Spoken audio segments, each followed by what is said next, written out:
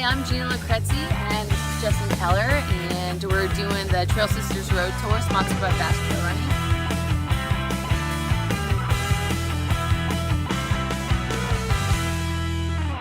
Here with us today is Gina Lucrezi, the lead trail runner and founder of the Trail Sisters blog and running community, also the holder of Mount Whitney FKT.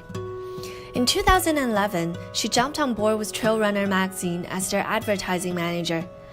At the time, Ashley Hunter Arnold was the associate editor. Ashley and Gina were both competing at a high level and ended up being great training partners. They were also housemates. Ashley and Gina spent practically every day, all day together, and the main topic always revolved around running. They were each other's biggest fan and motivator. They were sisters, trail sisters.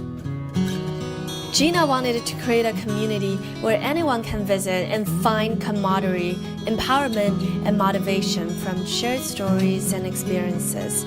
The relationship between Gina and Ashley was special and something that they think everyone should have the chance to experience.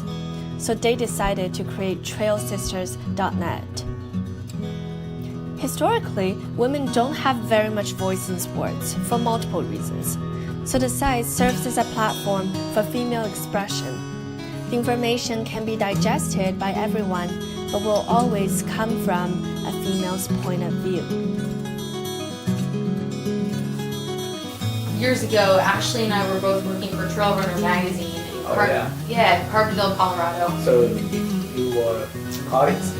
Yes, we worked together, we trained together, and we also were renting a house together. So we were roommates, well, housemates. I read that article. Yeah, yes. Yeah. Yep. And so we became really close, and so close that it was kind of like we were sisters. We got along great, but then there's other days we were like, would strangle each other, just like sisters can be. And so since trail running was such a big piece of our lives, we decided to call ourselves Trail Sisters.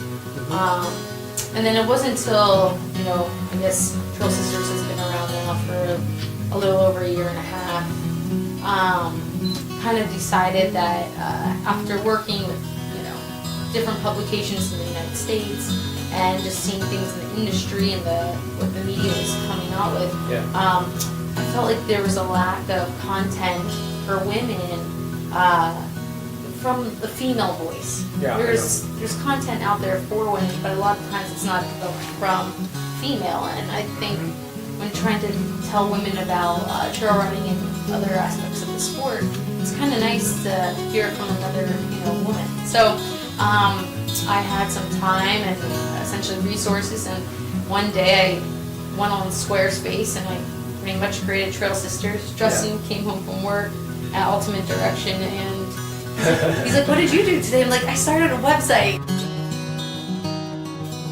There is a form, so you can fill out I'm so-and-so, this is what I want to write about, this is why it's important to me. This is what my experience. Yeah. And then that email comes to me, and then I work personally with that person to help them write their story, and then we post it. But so the contributors are people that have committed to writing 4 to 6 times per year.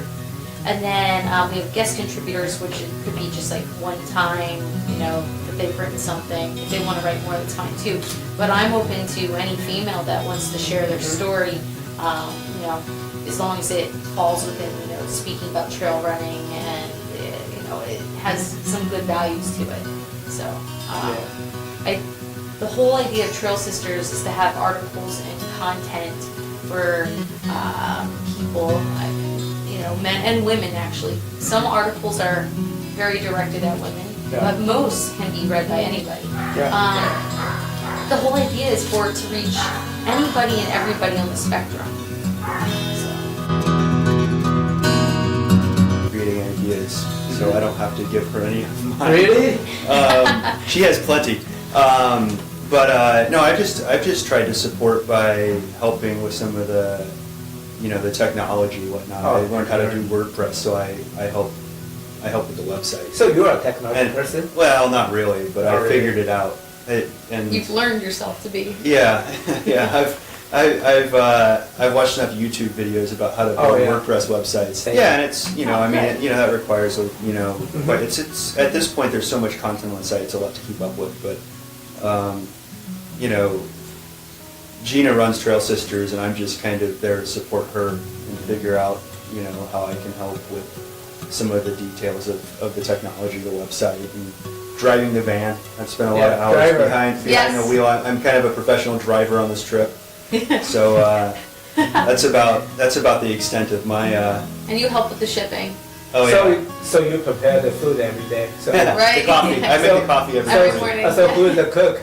Yeah. I still You do or that. Gina? I make cook, he breakfast. does the dishes. Oh, He you cleans. wash the dishes Yep. and clean all the tables. Yeah. Exactly. I got it.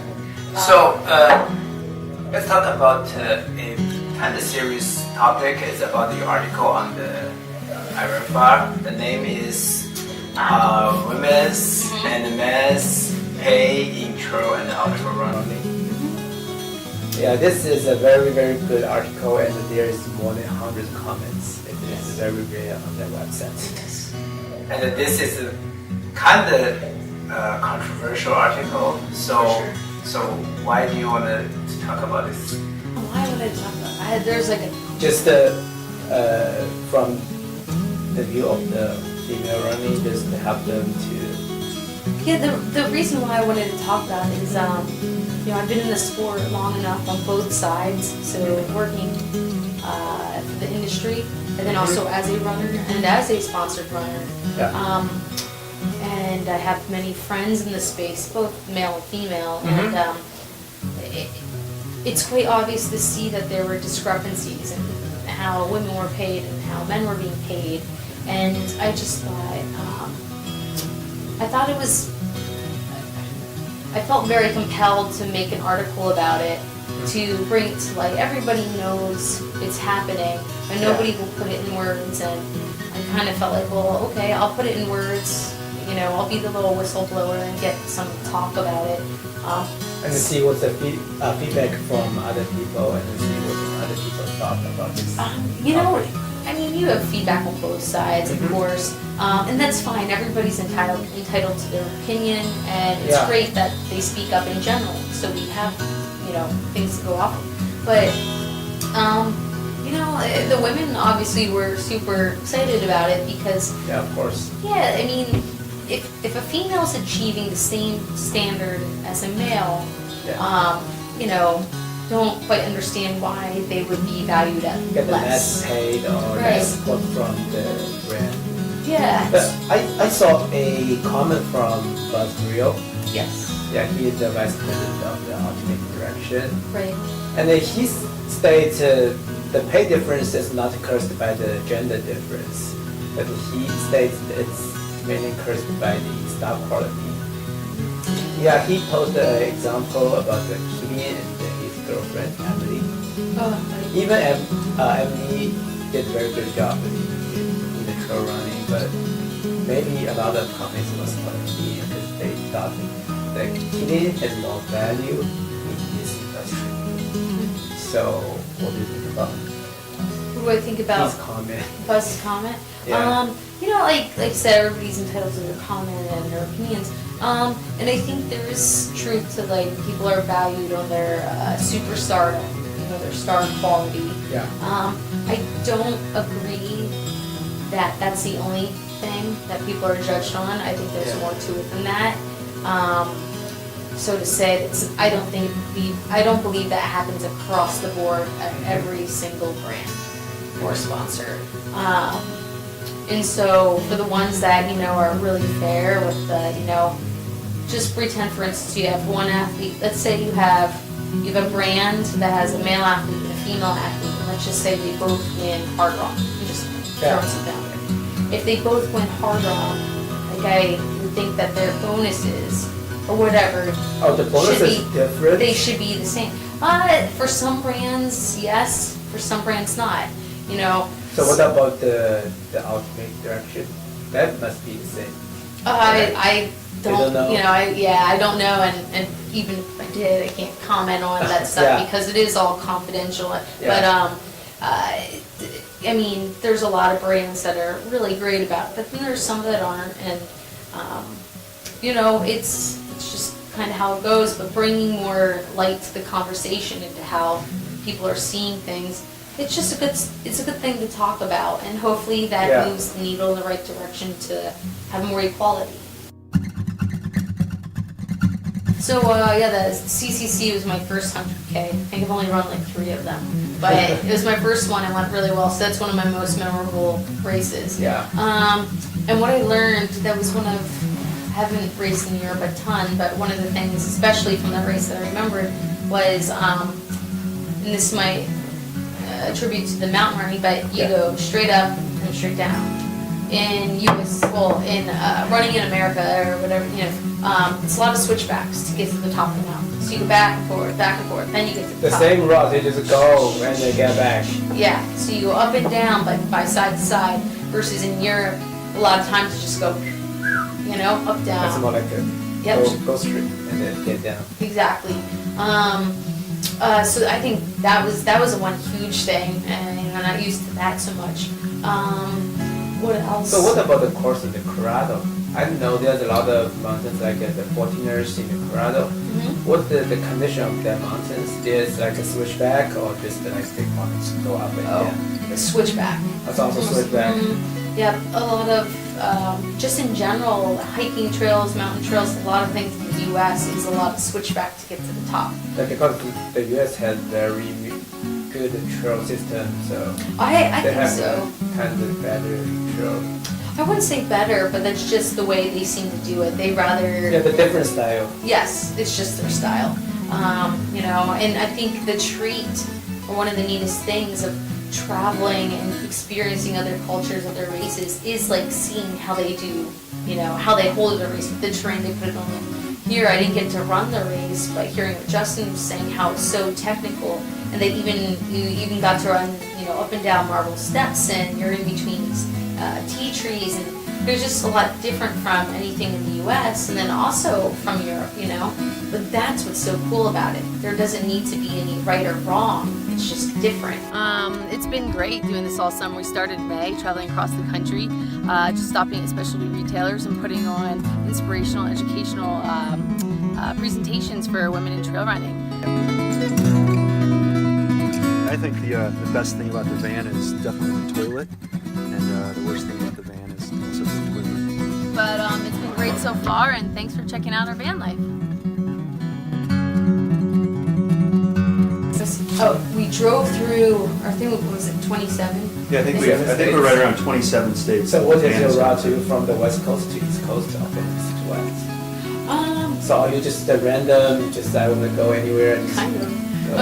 I mean, a little bit of that. We did, so we started in Colorado. We went out east first, and then came back to Colorado. Okay, from Colorado. Yeah. For a few races. I was doing a lot of the Leadville races. Oh, yeah. So we kind of hung out there. Then we went up to Montana, Montana, and then we came back down to Colorado. Colorado. And then we essentially went all the way up to Washington State, Washington State. and up into, all the way up to Whistler, Canada, actually. Always from Canada. And then all the way down It's south. pretty cold right now. Oh yeah, you're getting Yes, lots of there's snow. snow everywhere. But then we dropped down to as far as San Diego, California, and then from there essentially worked our way back to Denver, where we caught the flight to come over here. Yeah. I know, Justin, you run the full course, right? Yep. And then you finished the race. I Congratulations. finished, thank you. So, so how long you took for this race? It was over. Over 5 my hours? finish out? Yeah, I think it was over 5 hours. I really wasn't watching the clock too much. So what about the course? It's runnable? Brutal? No, it wasn't running. No, Slippery? no, it was. I told Gina when I finished. I said, "Well, there wasn't that many really runnable places on the course. It was either Yeah. going up or going down, Yeah. or running over really muddy, steep sections." Oh yeah, there was a tree that had fallen over that had blown over about a block from the start. Mhm. So before you even get to any mountains, Yeah. You have to run through the city just a little bit, and there's a tree on the roof. Yeah. It was a pretty big tree. So yeah, the wind right before the race really kind of wreaked some havoc. Yeah, I just thought the view from the top of that summit was amazing. So I think that was the my favorite part of the race. Sports. To be honest, I think the core value would be just the community. Yeah. Yeah. I mean, from what I understand and what I've experienced, everybody out there, you're all going on the adventure together. You know, everybody might arrive at different times, but you're all out there going through the same struggles and the same highs, the same lows. So it's really just coming together and being there for each other and just enjoying it. So I think that's the biggest thing. You know, every course is different everywhere in the world. The one thing we all have in common is that we're, you know, all out there doing the same thing, with the same, you know, goal in mind. That's essentially having fun and finishing the race. So I think the core thing is community, just being there for each other, supporting one another. Oh no, race results, that doesn't matter. It's bullshit, right? Yeah. Okay. I mean, that's racing is only one little aspect to the whole idea of trail running. Part of this sports. Yeah, I mean, it's sure it's a fun part, but to be, you know, a trail sister right for the site, I mean, you don't have to. You could be, you know, just somebody that goes out and runs, you know, 3 miles once a week.